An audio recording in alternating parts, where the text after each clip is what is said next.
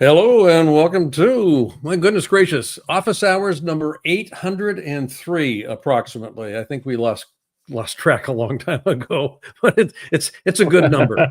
It's a It's a number high that works. number. How you doing, my friend? Brother, I couldn't be any better. It's been a great week. You know the feeling like when you put something out into the world and people respond to it, and that I'll just give you a little anecdote. I was talking to a guy that bought the book. I have a new book that came out, and so that's what we're talking about. And he told me, he said, I this is for business leaders, but I talked to my 16-year-old who has exams this week, and we went through some of these fundamentals. We went through some of these exercises, and he woke up Wednesday morning and said, "I'm ready for these. I'm going to knock them out of the park." So he went into school with the right mindset. So if a 16-year-old can do it, a founder and an entrepreneur can do it, and There read you go. and make these things work for them. So Yeah, and yeah, the book is getting some really good press. And by the way, folks, as you're listening, it's called Headamentals. And you got to get a copy. It's thank getting you. quite a bit of traction and quite a bit of publicity right now. That's right. So That's right there here, you go. man. It's really proud of it. So Yeah, you should be. It's an extraordinary piece of work. thank you. So Thank yeah. And speaking of having headamentals, this inner conversation, this chatter that kind of goes on. We've got some folks here on the show today, and we you. Yeah. obviously are running a little. I don't know what to say about I don't know if it's an experiment or not, but we are significantly behind the timeline today in terms of when we're broadcasting. And so the folks that we have showing up today are really stellar in the sense that they have been willing to show up late and That's right. kind of stand the grilling, as it were, when we come on My live. So my let's kind of bring people. My our kind of kind of people. people. Yeah, and I was kind of joking with my wife because they kind of encroached on dinner time here a little bit. So the first guest we've got, pizza, is the the ballpark Man, in which he plays, and he's got something that is fascinating to talk about. I've Um, never seen anything like that. That is Oh, I know. it is It's fascinating. really clever. It's really, really something else. So, yeah, Gigi, why don't we go ahead and bring Igor up from the green room? Hello, Igor, everybody. yeah, Igor Hey, Bachatsky, Igor. welcome to the show. Thank you for having me. By the way, a piece of trivia: tomorrow is the busiest day for the pizza restaurants. Halloween. Tomorrow. Why is Tomorrow. that? Yeah, well, everybody's having pizza. I thought it was a Super Bowl, but apparently Halloween is even busier than that. Kids around and Wow. everybody's having parties. So we have all of our clients who running our robots are gearing up for tomorrow, like it's the day that's going to make or break their year. So Oh, that's That's amazing. I fascinating. had no idea. Yeah. Now, you mentioned the word robot in that, in that little yeah, piece of trivia. Most people do not equate pizzas with robots. And you and your company, X Robotics, have developed a very unique and I think game-changing piece of equipment for use in pizzerias that are basically got a lot of quantity of pizzas that they need to get out the door. And so, yeah, anything that can be done to save time is going to be a real cost saver in a lot of ways. And I was telling Igor before you joined, Brett. My dad, his serial entrepreneur, but the last business he had, and he ran it for about 12, 15 years, was a pizzeria, and it was a mom and pop pizzeria, but they produced, they were the only pizzeria in about a 40-mile radius of about 6 high schools, and so they were always swamped, and they were always behind the 8 ball and trying to get these pizzas out because they had some complex pizzas, the toppings on them. It was kind of like, yeah, it's kind of, Blaine, I don't know how whoa. you kept your wonderful My my physique that's because because I he I was I, busy I weigh saving about my 300 physics. pounds. he was busy making pizzas and not eating them, helping his dad, right? There you go. I made him. I didn't eat him. Exactly. So Igor, what is yeah? I mean, I just kind of got my head and trying to get my head around this. I got a pizza, got the crust, got the dough, I mean, it's all.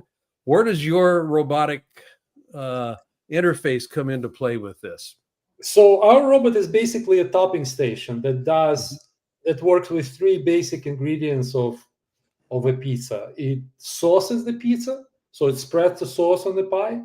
Then it cheeses the pizza, right? It puts the cheese on top of it, and it puts pepperoni on top of it. So basically, you can do either sauce and cheese or sauce, cheese, and pepperoni.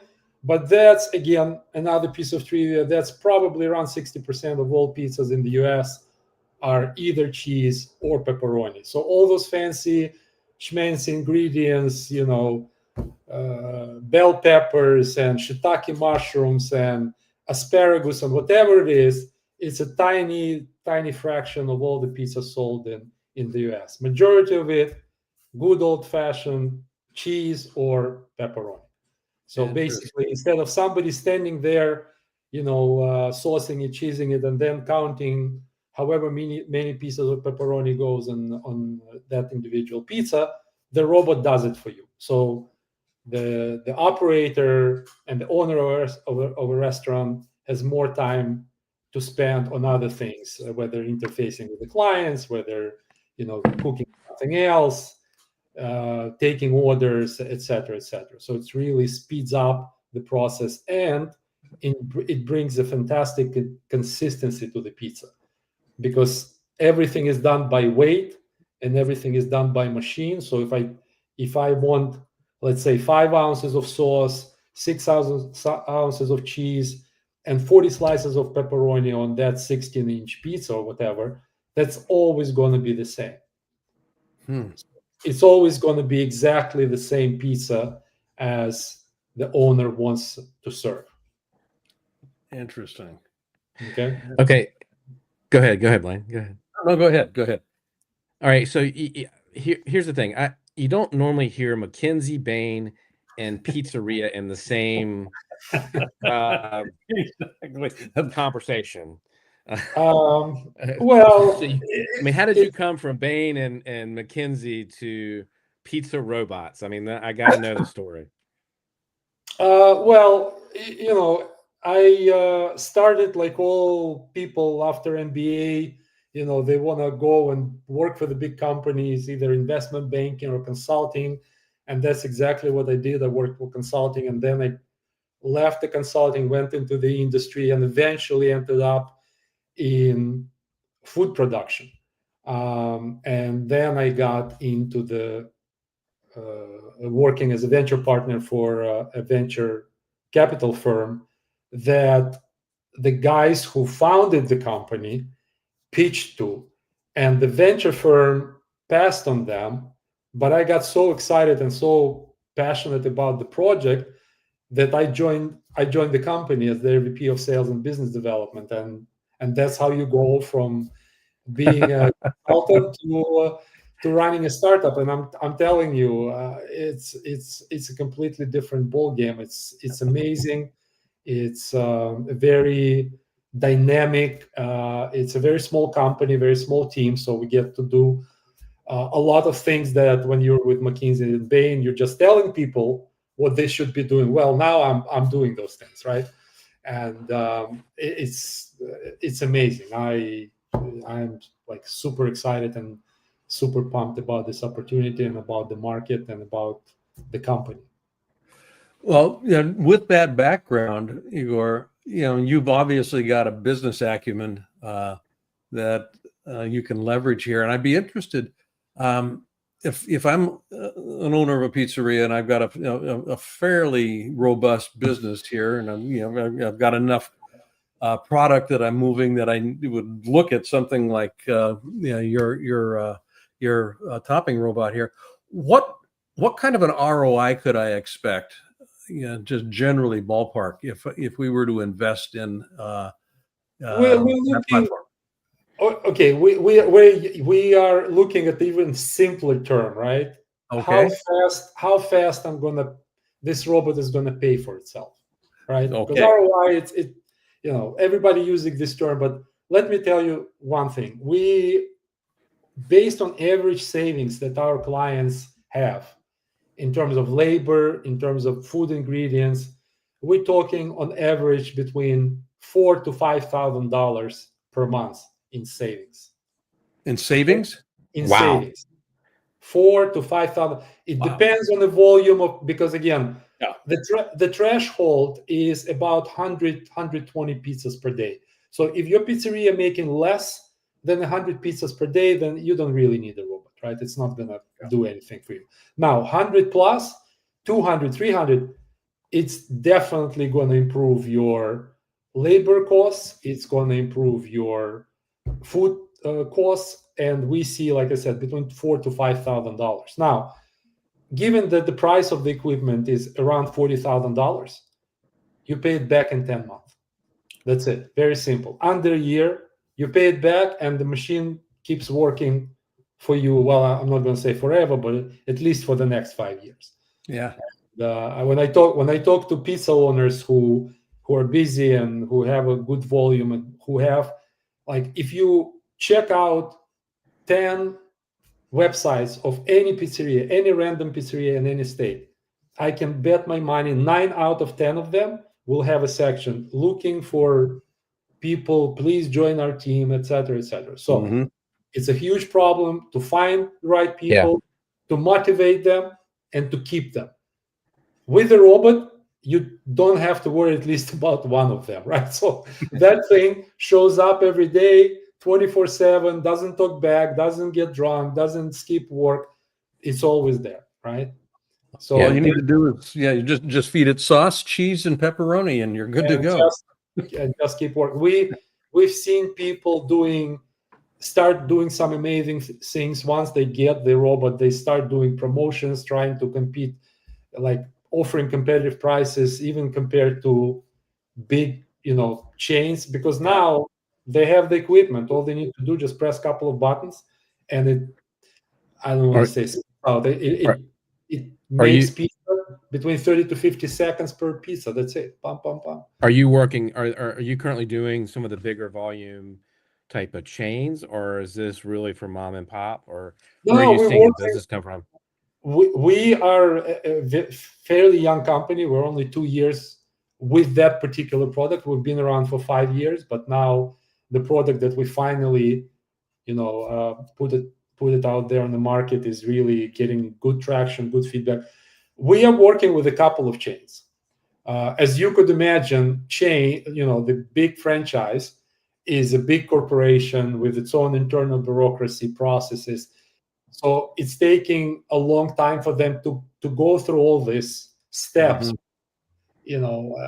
make sure that we are legit, check the products, get the buy-in from different, and it's great. Obviously, we in the final stages with at least one of them. But when you come to moms and pops, those guys make a decision like that, right? They see the robot, we give it to them for a couple of days. They call me next day, say, Igor, where do I send the check, or say, no, it's really not for me. It's for everybody. So it's much faster adoption cycle for those guys because they're the decision makers. They just either they buy it or not. All right.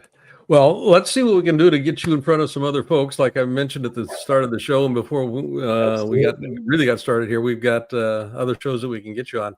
Igor Barchatsky, I want to thank you for, like you said, 10 minutes is not enough to really jump into this, and you've done a pretty good job with it. So thank you, John. Appreciate it. You can learn more about them at xrobotics.com or xrobotics.io, I should say here, .io.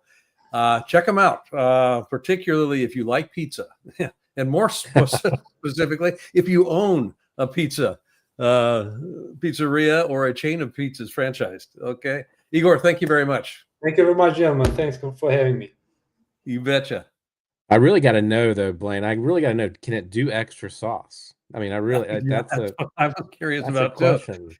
And if we can pass it through the fundamentals, can we actually add mushrooms? Can we add some stuff after the fact? I'm sure we probably could. but I'm the sure it'll basics. be.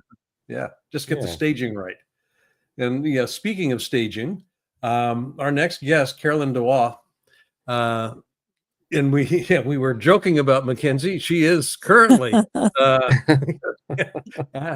McKinsey, senior partner at McKinsey in the Bay Area. Great to have you on the show with us today, Carolyn. It's super to be here. Thanks for having me.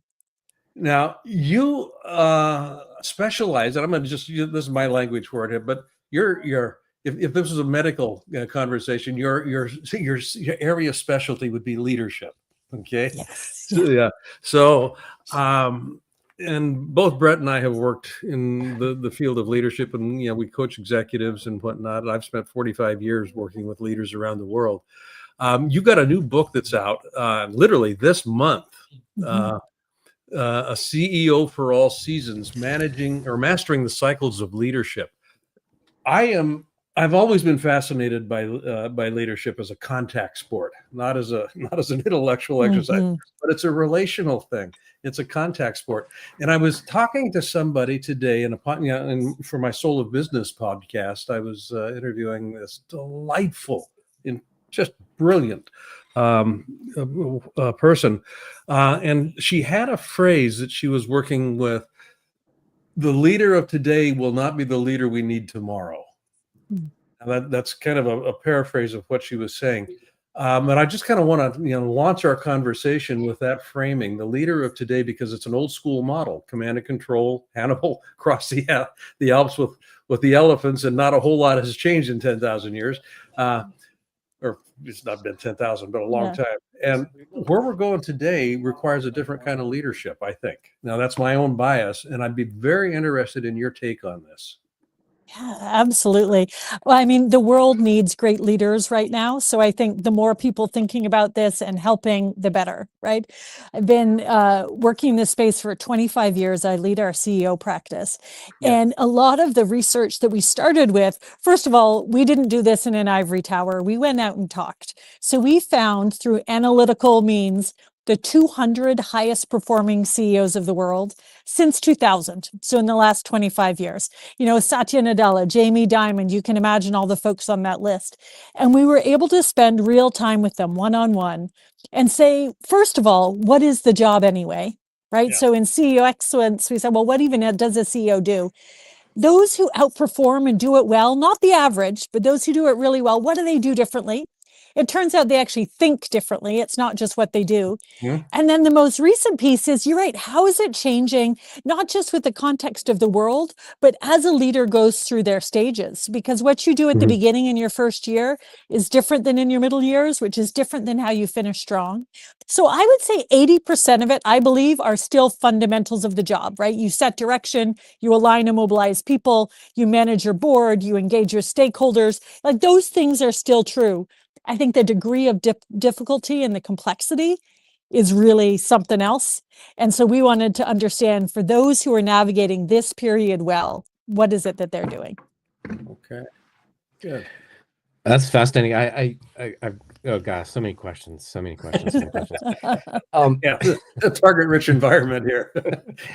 So I sort of a two-part question. So what surprised you in talking to those people? Like, you went in with these sort of expectations, these conversations, and after you had these conversations, what was the biggest surprise you had?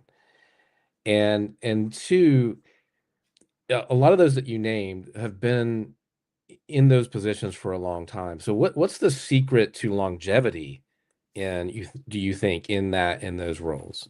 Yeah, absolutely. And I think their question 1 and 2 are related, right? There's a lot of I think talk. so too. Yeah, there's a lot of talk about how the tenure of CEOs is shortening. It's actually a tale of two cities. 1/3 of CEOs don't make it past 3 years. They just flame out early. They don't get out of the gates. They don't get the job, what they're supposed to be doing. If you make it past 3 years, your odds of staying a long time are actually not so bad. And so by definition, we talked to people who'd all been in role for at least 6 or more years. That's who we wanted to learn from. They had to eat their own cooking, right? Decisions they made early on, they were now living with. So by definition, I think what surprised us the most, if I'm honest, with legends like that, you're expecting them to kind of feel like they got it all figured out. right? I know what I'm doing. I just need to tell people what to do, and then they'll lead and we'll all be good. I think all of us were really pleasantly surprised by the humility and the curiosity of these leaders. And that's probably why they've been able to be so successful, right? They realize these jobs are too big, too hard and complicated for one person to know everything. So command and control actually just doesn't work a lot of the time anymore. And they were unbelievably curious. You know, Satya sets aside a day a month just to read. Right? They're reading, they're learning, they're looking outside their industries. They're sort of saying, look, while the organization is running the play and doing the thing, if I as the CEO am not looking around the corners, reading, looking ahead, finding out what's happening, who else is? So this insatiable learning, I think, is both their secret superpower and maybe, you know, to your earlier question, Blaine, how they're adapting even in these times of change. Yeah. Yeah, that adaptability is, you know, Warren Bennis, you know, wrote a book a number of years ago, The Crucible. And in The Crucible, you know, one of the things that was identified was adaptability as one of the actual components of highly effective leadership. You know, when we started looking through the lens of sustainability, and you know, we've come to in my practice, when we look at how do you sustain success over time? Part of it has to do with developing the capacity to continuously start over. And to the point that you were making about curiosity and adaptability, I would be interested, Carolyn, if you could, do you have a specific definition of leadership that is appropriate for what we see emerging today that would be different from traditional definitions of leadership? That's a big question in terms of definition of leadership. Yeah. I think the mindsets that set apart those who are doing well are important. So in terms of setting direction, they're bold. There's a boldness. You're not going to outperform if you're incremental. So you have to be willing to place some big, bold bets. Now you have to do that sometimes with incomplete information. And that's the mirroring together of kind of data and judgment, right? How do you be bold? I think those who are really thoughtful about mobilizing their organization, which implies listening, right? Not treating as a soft stuff thing that you outsource to HR. These CEOs are spending real time on culture, talent, getting their team right, getting them working well together. They see that as core to the business, and they're absolutely doing it. And I think the one that's the most maybe different in the last few years is the external world, right? Gone are the days where you can put your head down and just do your business. Everyone has an opinion, whether it's activist investors, customers, communities, regulators, all these things. So as a CEO, how do you decide what topics and what stakeholders you engage with? How do you find win-wins? And where do you not take the bait? Right. And when do you say, you know what, that's actually not my job right now. I'm going to focus. I think those are some of the ways that these guys and men and women are navigating. Hey, Blaine, can I ask one more question? Absolutely. Please. Okay, good. Again, I just, you know, I have a book that just came out Tuesday. Congrats on your book. Yeah, congratulations. It's a big deal. And the premise of our book was talking about leadership and self-talk and how leadership self-talk actually, as a leader, if you have negative self-talk, poor self-talk, it does impact your team and the team performance. And I don't want to assume, I'm guessing out of all those conversations you had, and I'm asking you to sort of just, you probably didn't talk about self-talk, but do you think those leaders you talked to had really good self-talk, or they had done the work on themselves to sort of master the conversations they have with themselves? I love that last part of what you said, like, have they done the work on themselves, right? I think there's probably a range, just like in Any Humans, but a concept that came through that I loved, it came from this former CEO of Cincinnati Children's Hospital, but we can all use it. Everyone has a to-do list. These CEOs had a very intentional to-be list. Right. And so he took it very literally, where he prints out his calendar, and next to each meeting that day, he writes one word for how he needs to be in that meeting. And this isn't about how he's feeling. It's what does the organization need of me as their CEO in that meeting, right? You're going from a town hall where your job is to rally the troops. They don't care if you're tired and grumpy. You have to be inspiring, right? You might then go into a strategy session where the team has been swirling for weeks. And even though you don't like being the top down person, they actually just need someone to make a call and stop the Mhm. swirl and just make a decision. And you need to be that person. And so this idea of however you show up is going to have a ripple effect in the organization, whether you're intentional or not. So why not pick Be what that's intent- going to be? I think is a huge thing that frankly, any of us can take into our lives. I, For sure. I love that. Boy, sure. you talk about a simple hack that has significant impact. That's brilliant. That really is. It's a Yeah. good one. I'm going to steal it. Yeah. I've stolen it. I use it too. And it's day to day and also like year to year, right? I'm meeting with a leader this week who we're thinking ahead for 26. And as she lays out her bold priorities and strategy, we're like, okay, and how are you going to need to be as a leader through that, right? What will the organization need of you? People are going through some tough stuff right now, and they're looking to leaders for some calmness and some guidance and some direction. And their teams Right. are feeling it worse than they are. I mean, Yeah, absolutely. Yeah. And so you don't want to look up and have your leader throw up their hands being like, well, I don't know either. So even in this world of uncertainty, you've got to find the signal in that noise and somehow show a path forward, right? yeah, that's a great coach. I'm gonna steal that for my coaching. I love that. Yeah, I do too. It's wonderful. The book is called A CEO for All Seasons, Mastering the Cycles of Leadership. You can find out more about Carolyn at mckinsey.com/our-people/Carolyn-Dewar, D-E-W-A-R. There you go. Or Thank you, just JC. Google it. If you don't remember all the hyphens, just type in my Google. name. It might come up. Google. Yeah. And I'm assuming you're on LinkedIn as well. And Yeah, all the absolutely. regular places. Yeah, super to Thank you meet you for both. being so present so late in the evening. Yeah, it's great. I'm going to Really go and see appreciate my kids in their Halloween party now. it. There you go. All right. Okay. Take care. Bye. Take care. Bye. Thanks, Carolyn. I love that. No, that is a brilliant hack. That really is. It's gonna, just one Totally. word. Yeah, inspiring. Simple, right? It's simple. I love simple. And Like, you get speaking it. of keeping things simple, oftentimes you need to have a checklist to just, and that's essentially what that is, a checklist. What's required of me right now? JJ, Jeffrey JJ Madison. JJ, welcome to the show here. And you have got a book as well called Yikes. And I love this. I'm a private pilot myself. There you go. Hey, Good. We got Yeah. we got 3 pilots here. Got did I 3 not know pilots. you were? I did not. I didn't know you were. Yes. Yeah. Okay. Hey, I couldn't Yeah. be in better company. couldn't be in better company. And I have made some boneheaded moves up in the air. Yeah. I flew my 100th hour upside down over a TCAT in Portland. Yeah. I was illegal as hell, but it was, Yeah.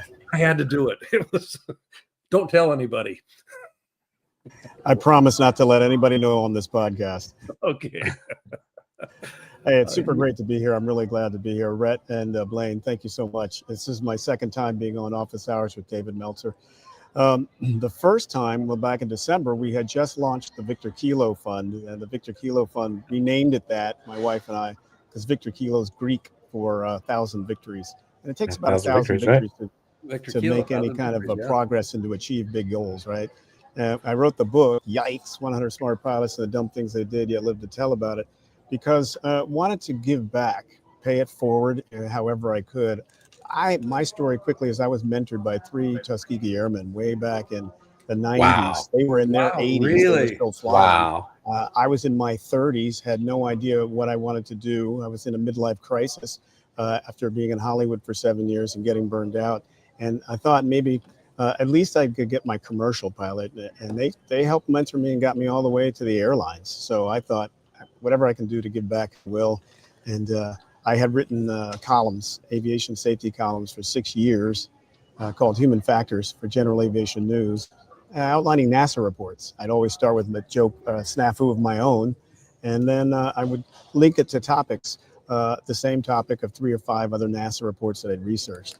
And Yikes is a way to create scholarships for flight students, for ATC personnel, for AMTs, meteorologists, any under-resourced flight school, Civil Air Patrol Squadron, or STEM group, whether urban, rural, or suburban. The reason I'm back on and so grateful to be back on is because we, in June, gave out our first $5,000 flight scholarship to Eagle Flight Squadron, started by Reverend Russell White in the basement of his church in order to keep kids, in his words, out of prison, the cemetery, or the hospital. Yeah. Take Wow. your pick. Yeah. Now, yeah, and Well- you've got, coming up, I think you're going to be awarding a $10,000 scholarship. Yeah, if everything goes well, somebody's going to have a really nice Christmas present. And thanks to sales of the books, which is available at www.yikesthebook.com, yikesthebook.com, we'll be able to give somebody a Christmas present or a New Year's present. And we're really looking forward to that. Oh, yeah. Wow. Go Go ahead, Blaine. Go ahead, Blaine. Yeah, go ahead. No, go ahead. Yeah, insist. No, I'm interested in pulling NOAA reports, or NASA, not NOAA, but NASA safety reports.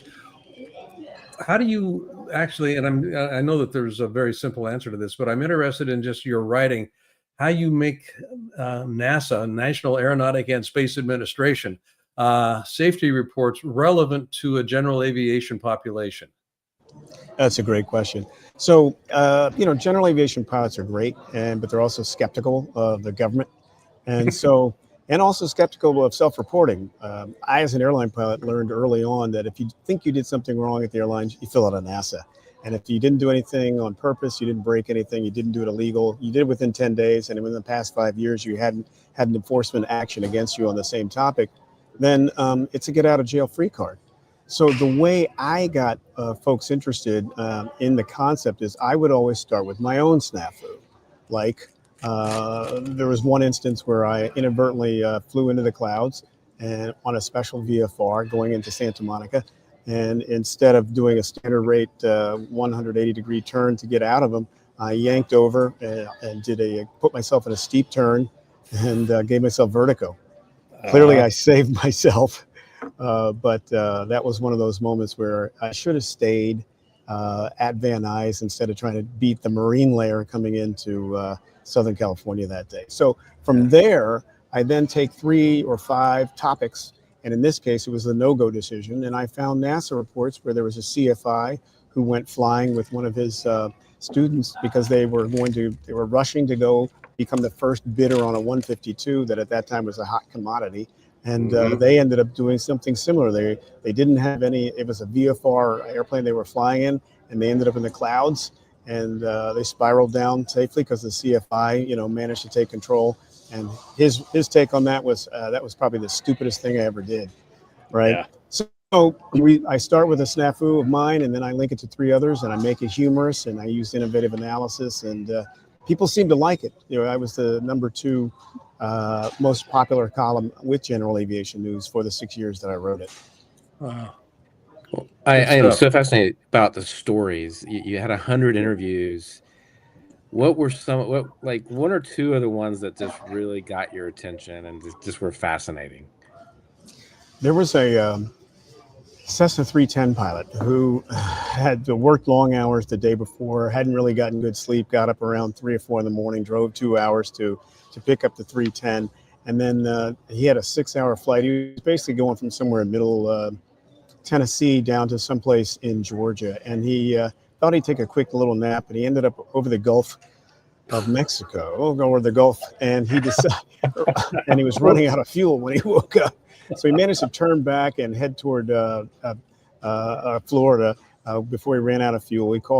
He declared a Mayday. The Coast Guard heard it, landed in the water, managed to get out and float on a seat cushion until a Coast Guard helicopter dropped a life preserver. He couldn't swim to get to it, so he had to hang onto his seat cushion until a Hawker jet came by and then scooped him up. I don't know how that works because I've never seen him fly that slow. His takeaway aside was not that he should probably get more sleep. He should probably stay hydrated and be more aware of his own circadian rhythm, and also maybe use the autopilot or decide what was his personal limitations were. His takeaway was he needed to learn how to swim. That was his takeaway. That was his takeaway after having to ditch a Cessna 310 in Okay. the Gulf off the coast of Florida. So that's one. I might have learned a few other things. Yeah, yeah. I mean, no pun intended here, but whatever floats your boat. That's great. That's great. Yeah. So it's been there's another one, for instance, where I started with, when I first started flying, the very first time I started flying, years and years before I actually met the Tuskegee Airmen, was in Leesburg, Virginia, and we took off with my flight instructor. And at the time, I'd only been to big airports, and to me, that's what a little airport looked like, a smaller version of a big airport. When it came time after the airwork to come back and find the airport, I couldn't find it. I said, it's too small. I don't know where it is. And the flight instructor punched me on the shoulder and said, the airport is exactly the size it needs to be. It's your mind that is too small. So I went ahead and I linked that to folks who had expectation and fixation. So they expected to see, because they saw white lines on a large tarmac area, it to be an airport. Well, it turns out in 3 places it was a parking lot. And in one instance, a guy got to 50 feet before he realized it was a parking lot and decided and managed to not land, and then another person had to land. And so those are examples of funny NASA reports that I've culled from the millions that have been filed by pilots over the last since 1976. Well, I learned how to at a controlled airport too, and the first time you're trying to go into a smaller, it's a little, not the same. Yeah. It's not the same. Not the same. Yeah. I learned on a grass strip. Wow. Whoa. Yeah. Impressive. Yeah, my very first flight was in a Citabria, aerobatics, and we're driving up the freeway. My CFI is a good friend of mine. As we're driving up, he's going, well, when we get there, we're going to take the door off. I'm going, okay, why are we taking the door off? He said, don't worry about it. And then he said, and after we got the door off, we're going to take the seats out. I'm going, the seat? No, he said, excuse me, not the seats. It's going to be the cushions. I went, okay, well, why would we take the cushions out? So that we make room for the parachute that you're going to be wearing. Why in the hell am I going to be wearing a parachute? And I didn't know a Citabria was an aerobatic plane. And we went up, and I had a ball. Yeah. Immelmann's loops and spins and snap. I mean, it was a trip, and it was I was hooked. I was absolutely hooked at that point. That is a great amazing story. Yeah, maybe that'll be in Yikes too. JJ, well, Jeffrey, I'm in DC, so we're gonna have to get together and swap stories and have a coffee or something, or grab a dinner or something, or lunch when you're in town. I look forward to that. And thanks very much for letting me be on the show again. I look forward to continuing the more of the same. www.yikesthebook.com. Yep. And I have a book show, and I'd love to have you on it so we can help you promote that. That's good. That's good stuff. Absolutely. And wow, that's super generous of you. Thank you so much. Oh, same. Yeah. The Soul of Business podcast. There's some stories I think that would fit real nicely into some of the stuff that we're doing here. So, wow. JJ, right. Gigi, can you put the Victor Kilo piece back up one more time here? There we go. Yeah, learn more about the Victor Kilo Fund and JJ at victorkilofund.org. We want to make that $10,000 so we can get that scholarship out there before Christmas. That's right. Yeah, fantastic. Thanks, guys. I look forward to seeing you again. Take good care. You betcha. Blessings. Good night. Wow, that's quite a show. It was. That was fun. We're going to go flying. Consultants don't often get 2 McKinsey consultants in the same room at the same time. No. And come out with your wallet intact. There you go. So, takeaways? Just maintain the spirit of the show here. That was fun. That was those were 3 really fun conversations, and I loved the some of the simplicity of it. I mean, really, robot pizza maker, that's pretty simple. Yeah, but it's genius, right? Yeah. Like how am I going to show up, like, or it's a simple hack, but You know, I just fun conversations. I don't really have a takeaway, but I think they're fun, different conversations. Yeah. And I got to do it with you, man. And there you go. That's my takeaway. I got to do this with you, and yeah, man. I love these conversations because I'm just continuously in awe of the diversity of experiences and the ways that people go about constructing reality for themselves. And just kind of, Yeah. How do we do this thing called life? And I mean, to learn to fly with the Tuskegee Airmen. yeah, I mean, there's not many people around that can make that claim anymore. But the just, and maybe it's just because you and I appreciate that, but the significance of that and Yeah. it's just right. You know, yeah, it's just wow. Yeah, that's curiosity. It keeps us going. Curiosity, and Yes, sir. I will see you next Thursday. Next Thursday it is. Next Thursday it is. Thanks for hanging in there so late in the evening. And yeah, I'm kind of giggling here. David is the one that requested that we do this at 7:15 so we could accommodate his schedule, and he's a no-show. We need to have a conversation with him about it. Well, maybe it's a good thing. I was really punchy tonight, so you know, maybe that's a good thing. It's a good thing. It's always good. Take care. Get some sleep tonight. Thanks, Blaine. Good night. Okay, buddy. Take care.